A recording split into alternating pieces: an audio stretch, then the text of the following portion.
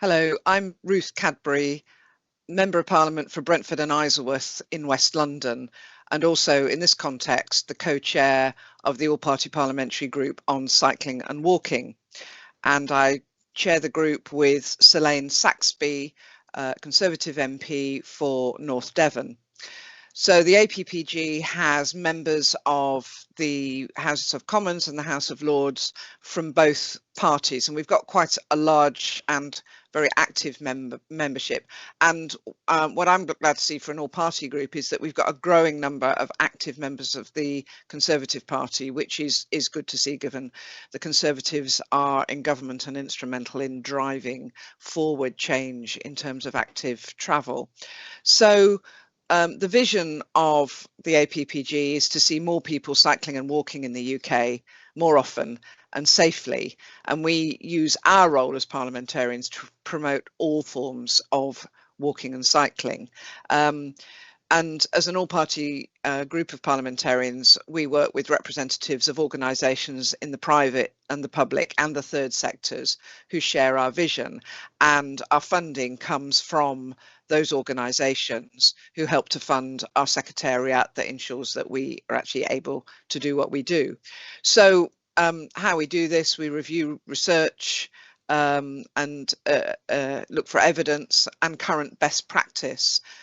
We look at the extent and the success of implementation of different policy initiatives, and we look at potential developments that encourage cycling and walking, and develop recommendations looking at changes in government policy and practice at a national and a local government level based on our findings. I've been doing this role for 6 years, but what has been really welcoming is the step change in government policy. It's over 2020. I mean, sadly, it was a result of COVID, but the government has recognised, I think this is led by the Prime Minister, has led has led the policy change that means that we recognise that there is not enough space on the roads in urban and suburban areas for all those who currently travel by public transport and are going to be reluctant to because of COVID risk. If they all got in their cars, there just wouldn't be room on the roads for anyone to move.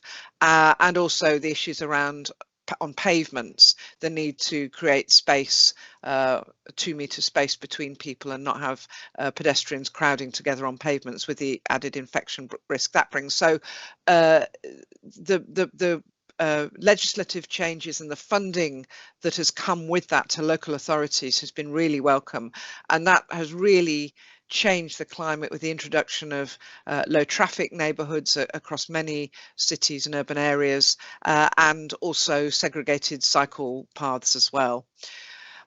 We do, of course, have to be aware of what we're seeing, certainly in my area in West London, particularly in Chiswick, some pushback from very loud pro-car driving people, but I don't believe they're the majority. But that is an issue that we as politicians have to be alive to.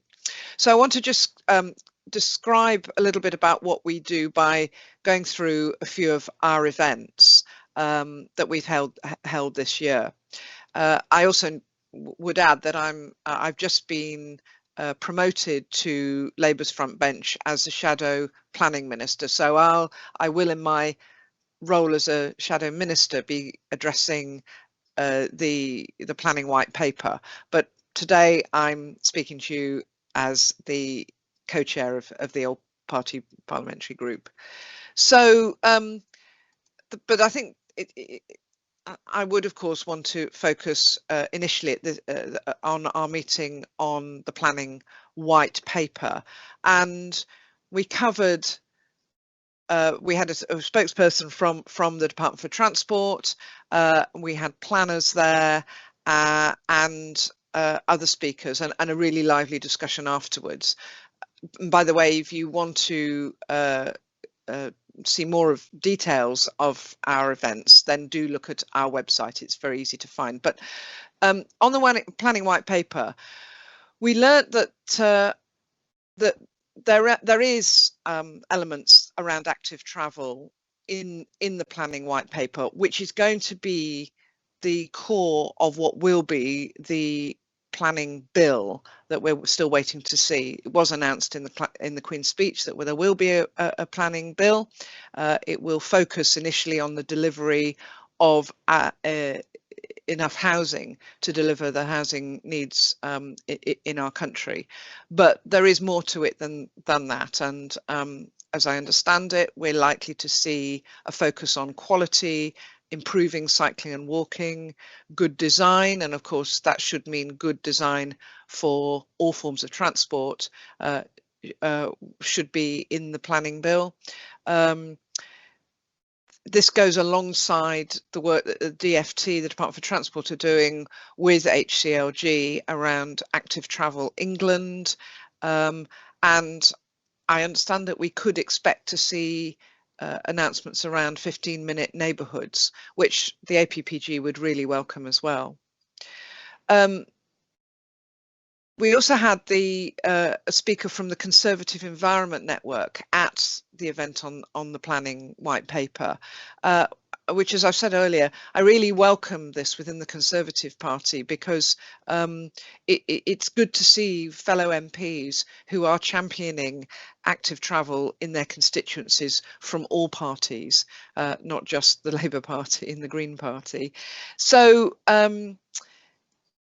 what we learned from the Conservative Environment Network is they recognise walking and cycling will play a key role in cutting emissions and cutting pollution, and they want to see the government's target of making walking and cycling the first choice for people into a reality.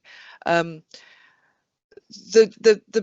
rest of the event that we held on the white paper did express concerns that, in particular, and this is critical when looking at policy, is a disjoint between policy and delivery.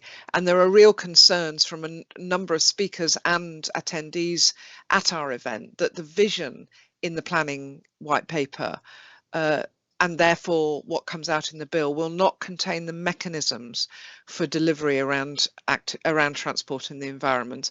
And unless we have the mechanisms in place and the funding in place, we won't see that step change. And we are at risk of seeing more cowpat developments where people are living a long way from any public transport, and to get anywhere, to school, to work, to shop, you need a car. And some of our colleagues are talking about seeing new developments in their particularly rural and semi-rural constituencies where there are no pavements in new housing estates, and yet they're not shared space either. So there's nowhere safe for people to walk, let alone cycle, and that's just unacceptable. So we do, we recognise that we have to address the critical relationship between planning and transport, and if these aren't addressed in the planning bill, then we're not going to see that improvement. The next meeting I wanted to address, describe to you, that we had was on e-scooters. It's a major post-bag issue for MPs, and as probably everyone knows at this event, e-scooters are not legal except in the trial schemes for rental scooters, and by not having any legislation to cover e-scooters generally, the UK is an outlier, and I don't think we can put the genie back in the bottle. I don't think we can make e-scooters illegal, but we have to address how to make them safe and legal. And the government's trial schemes around rental e-scooters are really welcome in this respect. We want to look at the inadequate messaging at point of sale, because it appears that many people, particularly young people who have e-scooters, don't actually know that they're not legal on the UK roads, certainly not private e-scooters. Another point of debate is whether e-scooters are active travel or not, but whether they are or they aren't, they're definitely part of the local travel mix, and certainly the number of e-scooters I see around suburban West London suggests that they're very much part of the travel mix.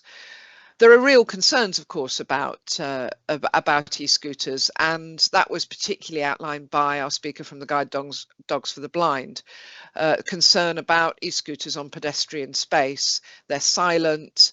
When the rental scooters, if they're not docked properly, they can form a trip hazard for somebody with sight impairment.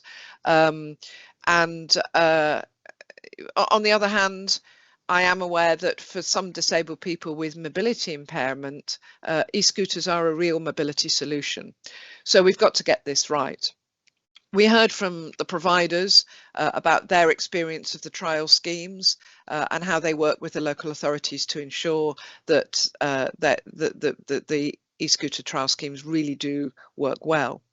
We also heard from a senior police officer from the Avon and Somerset Police who, and he heads the road safety team. He initially was very concerned about e-scooters, but has been really enthused since the trial scheme.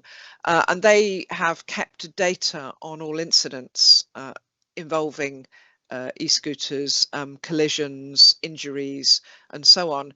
And the rate of incident among the trial rental schemes is minuscule, and all the incidents that have been recorded have been through the non-legal privately owned e-scooters. So he is an enthusiast for the legalization of e-scooters. And I think what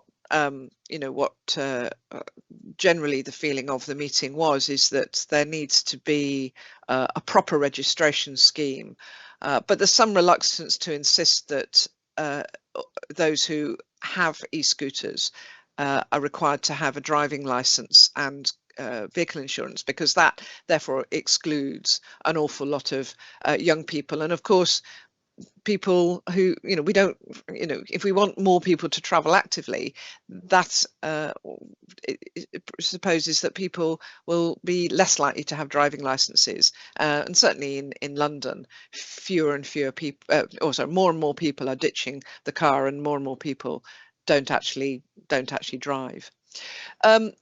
The other really interesting event we had this year was on school streets. They're rolling out across England. Certainly in my experience, we're seeing schools where there are school streets, more families are walking to school. It's certainly safer and the area is cleaner around the schools. In London, we're able to use, as well as physical barriers, opening and closing them at school start and drop off and pick up times.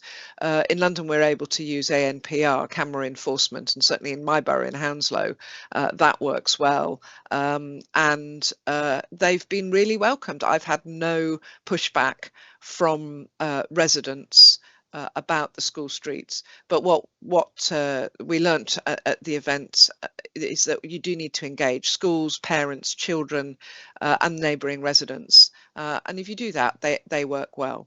So do have a look at our website. There are other events that are described there. We've looked at the highway code revisions, which the government consulted on, and we're awaiting the rollout of the revised highway code. We welcome that because it needs to address some safety issues. And we also had an event on net zero. So what do we do with all these events as an APPG? Well, what we do, we use the learning in speeches, but also we look at opportunities for legislative change, meeting with ministers, lobbying ministers, and the other front benches, of course, as well, and hoping that what we do as an APPG really makes a difference in Parliament, but also we can use our opportunity as a parliamentary group to bring people together in the active travel field to share learning and network. So thank you very much.